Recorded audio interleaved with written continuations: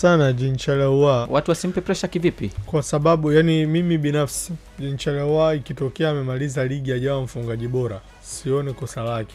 Sioni kama itakuwa ni dhambi.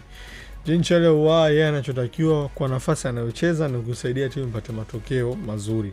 Either kwa kutoa na assist watu wafunge au yafunge, lakini yeye kufunga kutokea amefunga mpaka amefika level kwa mfungaji bora. Ikija hiyo itakuwa kwake ni bahati, imemkalia vizuri, lakini kwa nature ya nafasi anayocheza yeye ni mpishi, ni mtengenezaji. Watu wanaokula ni wengine. Inapotokea mpishi amekuwa mfungaji bora wa ligi, basi inabidi mumsifie sana kwa sababu ametimiza na majukumu ya watu wengine. Kwa sababu jukumu lake namba moja ni kuisaidia Simba kutengeneza nafasi za kufunga.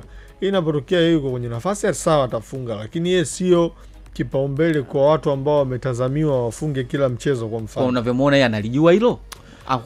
Anavicheza.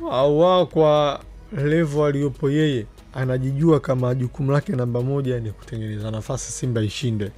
Inapotokea anafanya ubinafsi kwenye mechi ili afunge yeye, hizo ni natural instinct zake tu zinamwambia hapa funga mwenyewe unaweza, hapa wewe unaweza.